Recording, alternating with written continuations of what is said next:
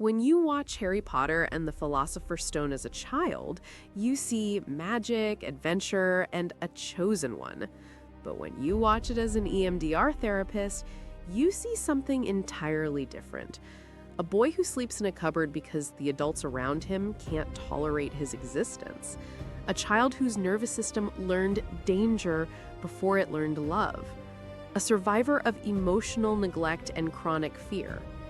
Harry's entire psychological profile, his vigilance, humility, loyalty, and resilience, can be understood through trauma-adapted coping strategies. I'll break down his story the way we do in EMDR therapy, by looking at the early memories, the triggering moments, and the internal beliefs. It all starts with the cupboard under the stairs. The locked door, the shouting, the unpredictability, these become Harry's earliest trauma nodes, memories that wire his brain for future triggers like loud voices, rejection, and confinement. He develops the core belief, I am unwanted. I take up too much space. I must not attract attention. Then comes Hogwarts. To an EMDR therapist, Hogwarts isn't just a school, it's Harry's first safe environment. Safe adults like Dumbledore and Hagrid, safe peers like Ron and Hermione. This creates his first corrective emotional experience.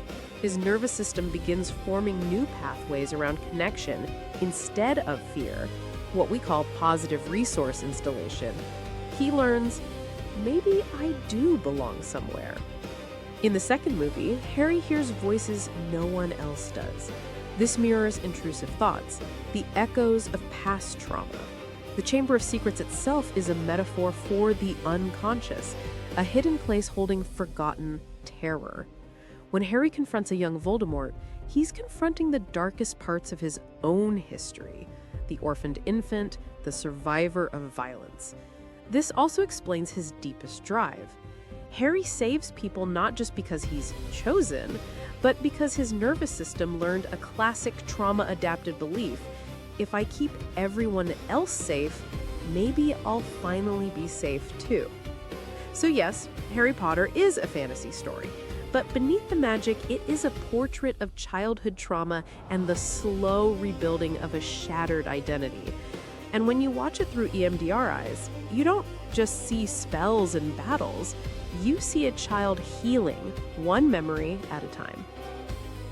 Hi, I'm Ele, a psychologist and a therapist. What should I cover in the next video? Tell me in the comments and don't forget to subscribe. Thank you.